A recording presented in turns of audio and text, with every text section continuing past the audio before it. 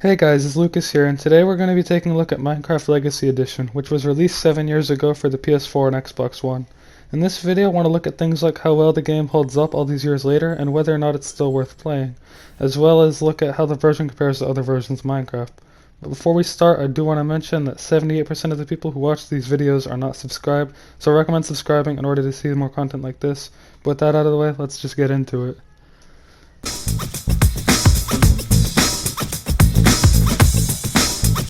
Alright, so the first thing I wanted to talk about this video is this game's customization, because honestly I think it's the best thing that has going for it. Starting off with the world size, there's 4 different options. You got classic, small, medium, and large. There's no infinite worlds, but the larger sizes are bigger than you'll probably ever need. You can change the biome sizes to small, medium, large. You can turn structure generation off, which I believe you can't do in Bedrock. You also have the option for custom super flats. If you turn this on and then customize super flat, you can put anything you want in here. Like I can go in here, I can edit this, change it to emerald ore for example. I can even change the height, make it 5x. You can change the biome of the world, and you can even change the properties. You can have natural structures if you want to. If you don't want to, you can also skip out on that. And then if I go back to the options, you can also disable autosave, which isn't in the Bedrock version of the game. And up here at the top, you have the option for amplified worlds. If I go down here and I turn off super flat, then I can go up here and put amplified on, and basically what that does is it's like Minecraft generation on steroids, where like everything is super tall, super exaggerated, and super whatever.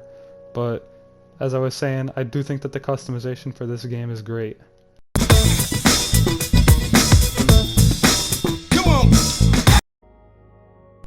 So for this part of the video, I did a 30-minute gameplay test on medium difficulty on a small world with medium biomes, and the first thing that I noticed is that the load time is incredibly long because the game has to manually load in the seed that it's going to use for the world. After that, I spawned into the world, and it seems like the structures generate way more often on this version because I spawned in a woodland mansion, which is extremely rare, and then not too far from spawn I found 2 villages within like 200 blocks of each other. And I also noticed that the crafting interface seems to be specifically designed for someone playing on a controller. It was confusing at first because I didn't know how to find anything, but I'm sure if someone were to play this version enough, they'd eventually remember it and remember where everything is, and it would be really fast. The mobs seem a lot harder. Mobs that normally don't cause any problems on medium difficulty on other versions of the game were actually landing some decent hits on me. And ores seem to spawn way more often for some reason. I found like a surface level cave in a village, and there was a ton of iron and a ton of coal in it. But other than that, I really think that this is a normal version of Minecraft for the most part that holds up to any other version of the game.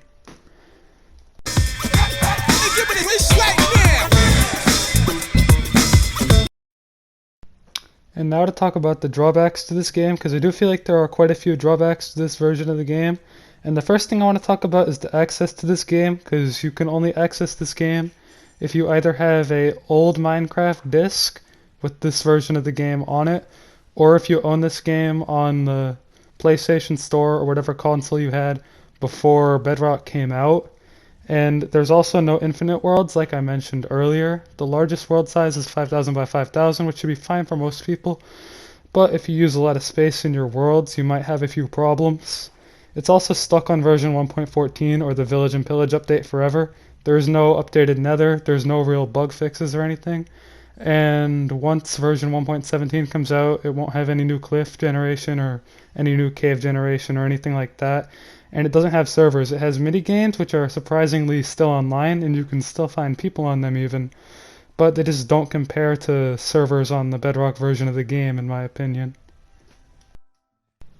And now to end the video, if you made it this far, I'd like to ask you to like and subscribe if you enjoyed the video, and without further ado, I'll see you in the next one.